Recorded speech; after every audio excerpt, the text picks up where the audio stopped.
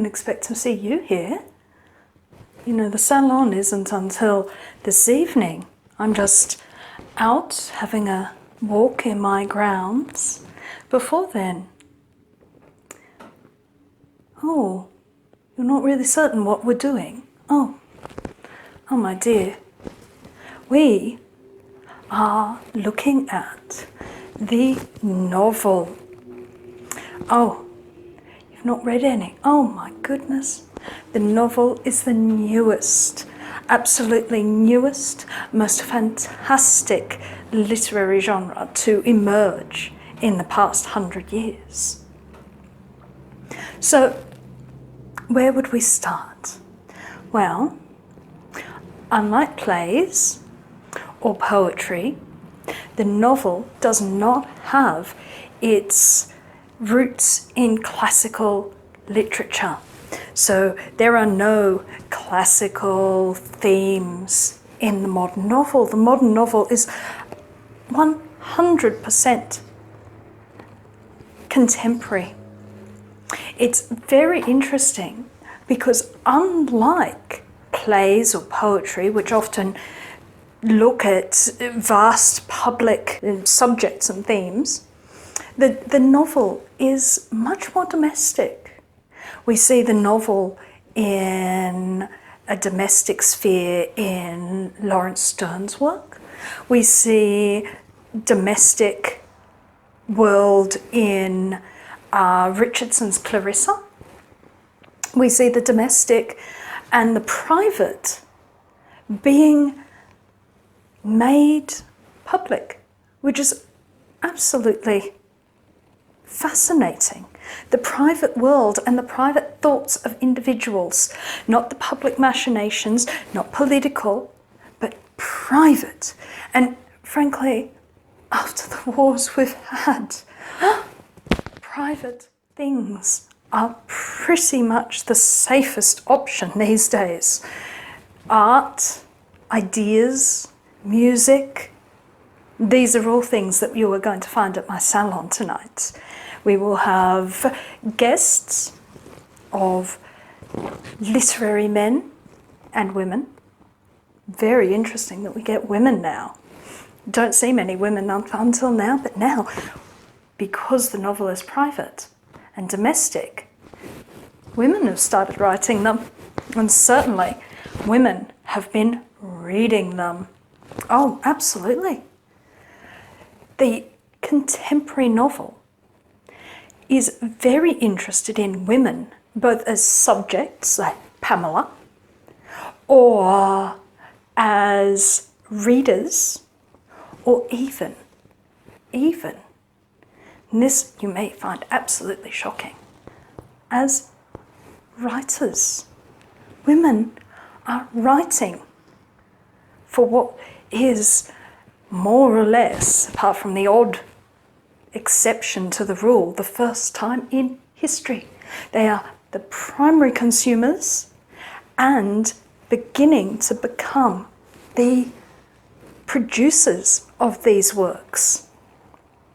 These works, the novel is allowed to flourish today, partly because of the ease of publishing and the mobile printing press and the economics of it. Once you can get a scalable number and you have an audience that is increasingly leisured, not just aristocrats like my good self, but also people in trade are starting to get more wealthy, and their wives and daughters and unmarried sisters have an awful lot of time on their hands. And as you will well remember, spending all one's time reading the Bible just led to very large problems. Wars. King lost his head. We don't want to lose the king's head again. That was very unfortunate. So now that politics, religion, and sex are off the table, thanks to Mr. Hobbes for his very sensible advice there, we need to find other things to occupy our time. Art, literature, music, science, all of these start to become more important. So the structure of a novel is also very loose. It's very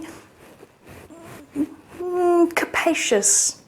It can do things that the play or the poem cannot, because nobody's written a novel before. So you can tell a story and move from here to there. You can insert your narrator into the story and have him or her take over bits of it. You can tell a story in journals. You can tell a story in letters.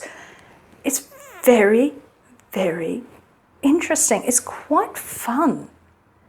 Multiple voices run through these new things.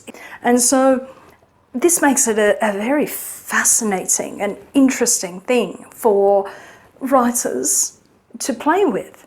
And that is one of the other things about the novel, is this is the beginning of the blockbuster writer.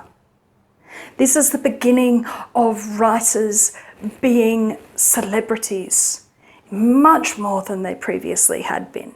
Although there were famous poets, famous playwrights, the idea of celebrity as a modern, contemporary, 21st century audience would understand it, has its roots here, in my century.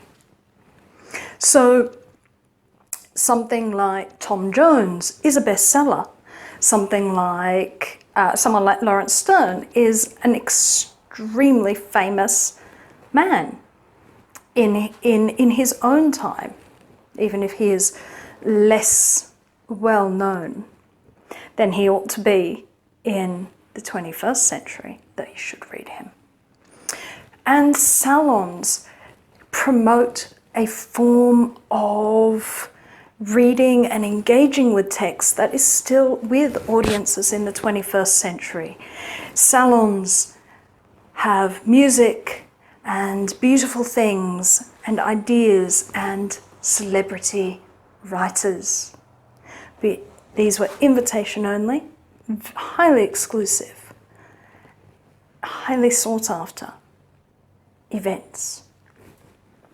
The novel is also, which makes it very different from plays or poetry, which generally need to be communal.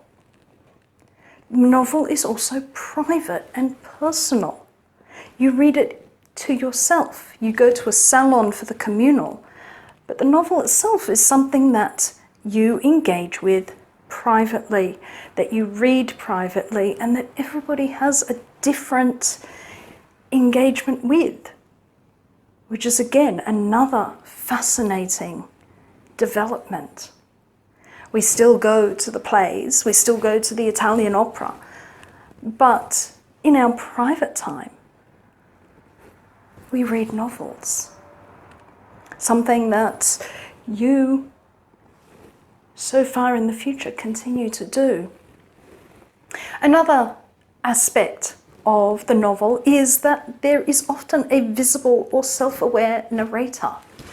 One looks at the writing of Sterne or Fielding to see this. These writers are very consciously putting a narrator into the story and showing us that this is constructed. We are not to believe that we are holding a mirror up to the world. We are believing that we are looking at a construction, a very carefully made construction, which becomes very different to what will happen in another century, in the 19th century. So, before we start to have a look at some of these novels, I thought it would be best to talk about what we're looking at. So next time that I see you, we will be having a look at the comic novel by Laurence Sterne, The Life and Opinions of Tristram, Shandy, Gentleman.